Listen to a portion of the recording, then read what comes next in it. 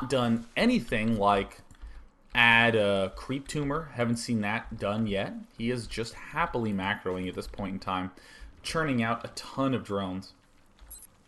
Now, notice how Idra was well defended from any sort of warp gate push because he got all these Zerglings out in time, and he also had the spine crawler here just in case of an emergency. And Nony did a smart thing, which is to go 3-gate expand, probably one of the easiest ways to play Protoss in the universe. And Idra, not going to be passive with these Zerglings, can be very active, check out what's up here, try to do some little surrounding action, do a little bit of damage. We see some very fancy force fielding action going on by Nony, or just some excess spamming. And either way, Idra planting Zerglings here, just doing the normal reasonable stuff we would call good. Getting the +1 carapace upgrade right when this layer finishes. And then double gassing. It seems like right when the layer finishes, we're actually going to see a Hydralisk Den get thrown down in just a second here. There it goes down. Notice that right when the Hydralisk Den gets started, that's when a lot of gas is getting thrown down for Idra. In the meantime, he's just happily sort of sitting back here. Notice he doesn't even really have that many lings, just 4 right now. Not panicking, still just making drones, abusing this huge distance. So we're starting to get a good sense of Idra's play. He's getting another evolution chamber. And I just want to note now, what are some basics that we've seen? And also spoil a little bit about what he's doing in the future. So again, the purpose of this cast is to think of how Idra's play has so much refinement and is so crisply timed that he can deal with all this variety that gets thrown at him. On this game on Metalopolis, huge distances, not very much aggression by Nony. In the next game, we're going to see a lot of aggression by Nony. But let's talk about these basics that we see in Idra's play. He is getting 14 pool, 16 hatch, not any sort of ultra-fast expo, just very safe. Then he gets 2 queens up quickly, gets speed with his first 100 gas, and around 40, he starts making a lot of Zerglings. Probably around 36 to 40, he's really churning out a lot of Zerglings. And now I feel like I have a decent opening as Zerg against Protoss, especially a warp gate. Cool. And then he's going to get this layer, and he's going to transition into a ton of Hydralisks, and we'll see that more in a bit. But let's just think about the opening stages of the game right now. What are other things that I would want to test against? Well, if I have this build, I guess I want to test against an Immortal push, because even though that's less popular now, it's still really popular. I would want to test against Void Rays, probably test it against some sort of 10 gate opening. So now I have some more ideas of stuff to work on. But that's just a good mindset to be in whenever you see this new exciting build. And Idra, around this time, around 50 food, he is throwing down an expansion. Doing a lot of powering here, still making plenty of drones. And this, I think, is very reasonable by Idra. Super reasonable, because Hydralisks just deal so much damage that you don't really need a huge amount to be safe from early pushes. I mean, if you had 10, 11, 12 Hydralisks, you will easily shut down some pretty gigantic looking pushes. So Idra happily making more and more Hydralisks. He's still making a decent amount of drones. He's getting more Overlords. Notice how early he's getting the Overlord. It's 8 food before he hits max cap. He even has an Overlord in the works. So I mean, just constantly looking up here, and really it's always better to build an Overlord early than it is to build an Overlord late. And a 3rd evolution chamber. Wow, very interesting choice by Idra. Most players just sort of halt here with these upgrades. They don't worry about anything else too much afterwards, but pretty cool by Idra. So he gets some Hydralisks up, and then what does he do? Well, he goes back to making drones, right? Still making so many drones. If we just go to this unit counting station, this can be a little bit mind-boggling, especially for these newer Zerg players. This army by Nony is looking pretty threatening. I mean, he has Colossi about to pop out. He has a Forge. He can begin upgrading. Here's the Lance. He has these 3 gateways that have been producing reasonably constantly, probably backed off. But I mean, Zerg has 3 Lings and 3 Hydras. That feels so light, but I honestly think that the big mistake Zerg players are making in this game, and also what Zerg players made in Starcraft 1, is they just don't get enough drones.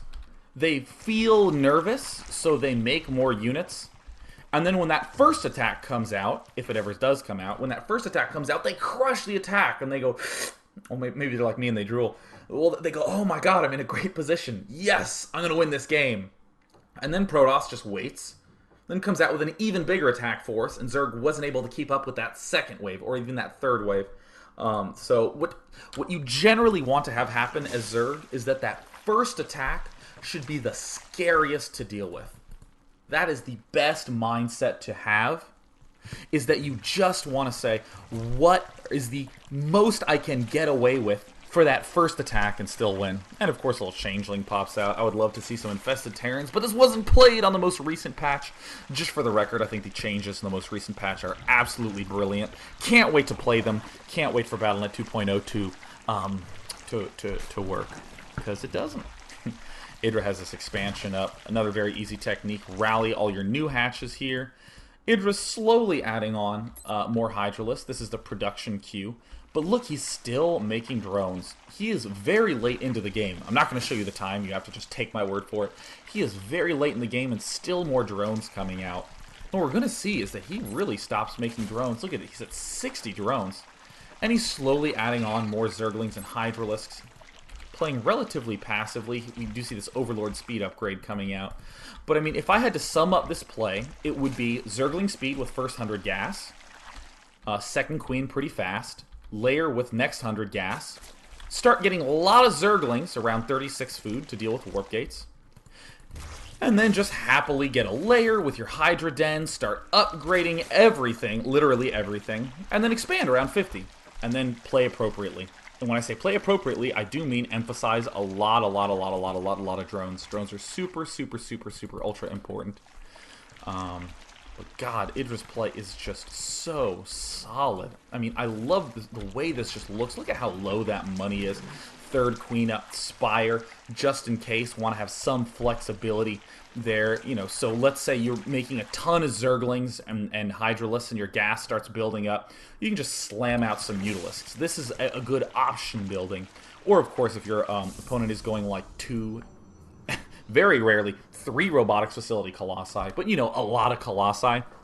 You have some response at least available with that Spire. And of course, what do the Lings do?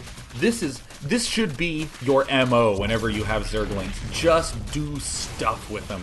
Move around a lot with your Zerglings. Notice most of the Hydralisks are back, but these Zerglings are just being very regular customers around this left side of the map, moving up to this Expo. And then a huge drop. Okay, so there's a couple of reasons why I like this drop. First of all, let us not overreact to this drop. A lot of people see what they consider to be the sexy part of the play, and they decide that that's actually the good part of the play. For instance, there's nothing sexy about making drones. You just hit D a whole bunch and keep vomiting larvae.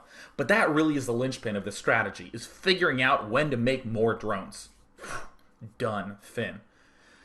Cute things like this drop, gonna do damage, but don't overreact to it. Again, if you don't have that many, drones, if you don't have some sort of big backup, you're going to be in trouble. So the reason I like this drop, not because it's a drop in the main that's doing damage, but because these Zerglings peeled the forces away. Notice how all these units were just over here, with this drop doing a ton of damage. Obviously you want to kill off that attack upgrade, because you always want to stay ahead of your Protoss opponent in the carapace versus attack upgrade battle. Note that Zealots kill Zerglings in 2 hits if the Zealots are more upgraded than the Zergling, but if the Zerglings are more upgraded, then it is 3 hits to kill them. And considering how many Zealots your Protoss opponent will have, that is an incredibly crucial upgrade. So Nony doing the usual thing, not getting too many gateways, just favoring setting up some expansions here. Has to spread his troops up a bit, very nice.